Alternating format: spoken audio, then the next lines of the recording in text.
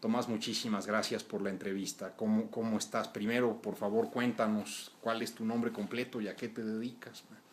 Bueno, yo soy Tomás Héctor Natividad Sánchez, soy abogado, asesor de empresas. Desde hace 34 años constituí una firma que es Natividad Abogados, que ahora dirijo, y en donde asesoramos fundamentalmente a los empresarios de este país a sobrevivir con los temas fundamentalmente laborales. Aunque el despacho tiene a otras disciplinas, el área principal es laboral. Cuéntanos, de todos los intentos de reforma a la Ley Federal del Trabajo, ¿qué te pareció la más reciente reforma que se hizo a finales del año pasado? Pues mira, Manuel, es esa reforma que resultó de la iniciativa preferente de la Presidencia de la República, es origen de una negociación de los últimos 18 años de los sectores productivos. O sea, a mí me ha tocado representar al sector empresarial desde los años 80, finales de los 80, cuando empezaron los intentos de la reforma, pero fundamentalmente de los últimos 18 años, desde 1995, en que se firmó la nueva cultura laboral. Me ha tocado ser presidente de la Comisión Laboral de Coparmex y ahora, en la última etapa de estas reformas, presidente de la Comisión Laboral del CCE también. Y ello, como la Coparmex es el organismo encargado del tema laboral, pues me tocó intervenir en todas las negociaciones de estos proyectos de la ley. Los últimos intentos que hicimos en el sexenio de Calderón inician con el régimen. Lamentablemente, todo el periodo del presidente Fox fue difícil lograr el avance o la aprobación de la ley por algunos temas de tipo político que se dieron. Sin embargo, trabajamos mucho en la reforma desde finales del sexenio del presidente Zedillo, en que terminamos prácticamente todo el procedimiento laboral. Después de eso, todo el sexenio del presidente Fox, discutimos temas que finalmente fueron temas políticos los que dilataron la reforma.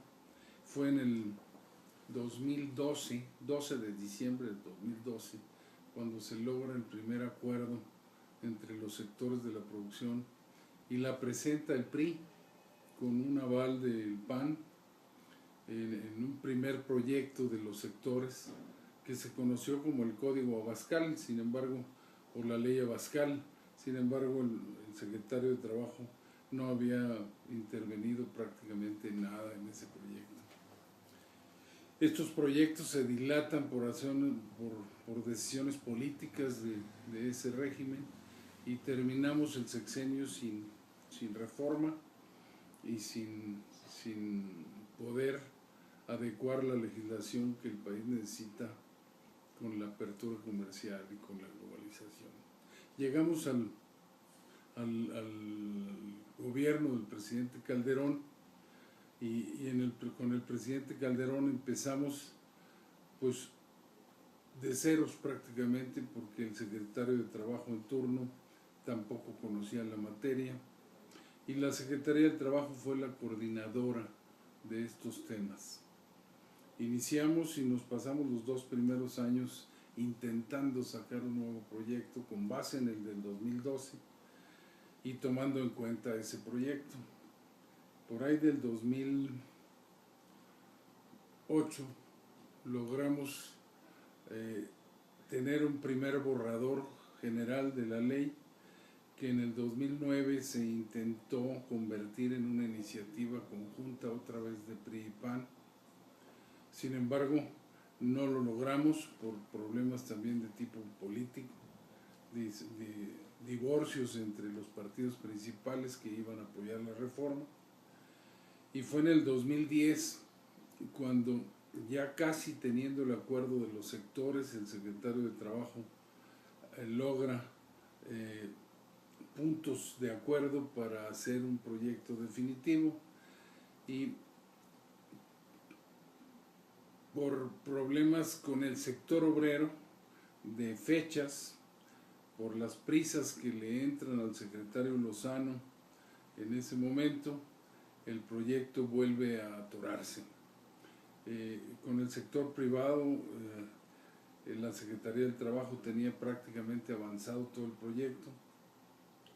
Teníamos 3 puntos pendientes: las reglas del outsourcing, las multas que se pretendían incrementar en una forma desmedida, que lamentablemente así quedaron, y los temas de la transparencia de los documentos colectivos y reglamentos interiores de trabajo de las empresas, que en opinión del sector privado eran documentos privados que las autoridades no deberían de publicar, porque están obligadas a publicar sus actos como autoridades, no los actos del sector privado que tienen en custodia.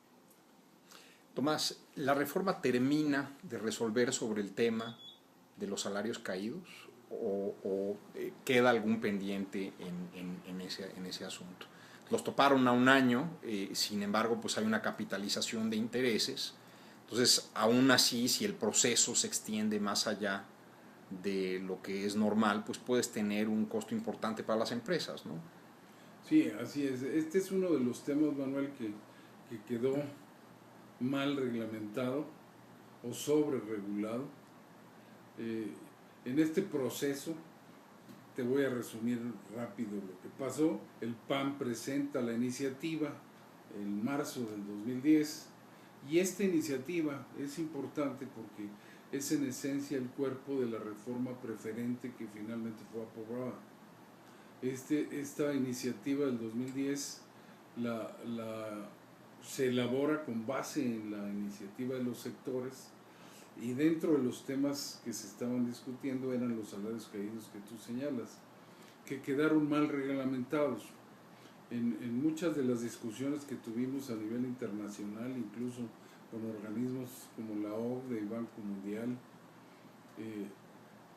nos señalaban que si México lograba corregir los costos de salida de la relación laboral y los costos y las fórmulas de entrada al mercado de trabajo formal, podíamos avanzar hasta en 20 y tantos puntos en el nivel de competitividad del país que México requería. Lamentablemente, como te comento, esa iniciativa quedó vetada por el sector obrero porque se le montó todo lo que se había retirado de los sindicatos, y nos pasamos todo ese año prácticamente sin avances. Llega el 2011 y entonces el PRI el que reacciona y presenta con el sector privado una iniciativa que finalmente no avanza, por razones también de bloqueo de la necesidad del PAN de participar en la reforma y de unificar ambas iniciativas.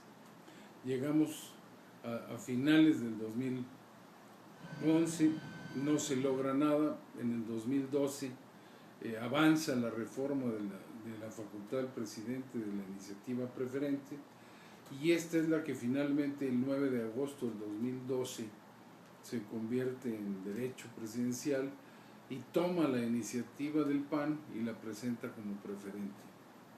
Esta iniciativa, que podía haber sido un muy buen avance de la reforma de la ley, tiene muchos problemas. Yo comento en tono de broma que quisimos hacer un bonito caballo y terminó siendo un camello lleno de bolas y mal hecho, como es la definición de camello hecho por un comité, ¿no?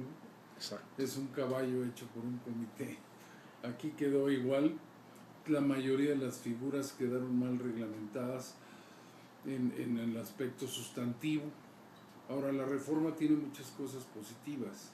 Todo el proceso se corrige, se profesionaliza, se privilegia la conciliación, se exige ser abogado para ejercer la materia, se establecen plazos menores para la resolución de los juicios laborales, y esto ha ayudado mucho a que los juicios bajo la nueva ley ya empiecen a resolverse con mucha mayor celeridad.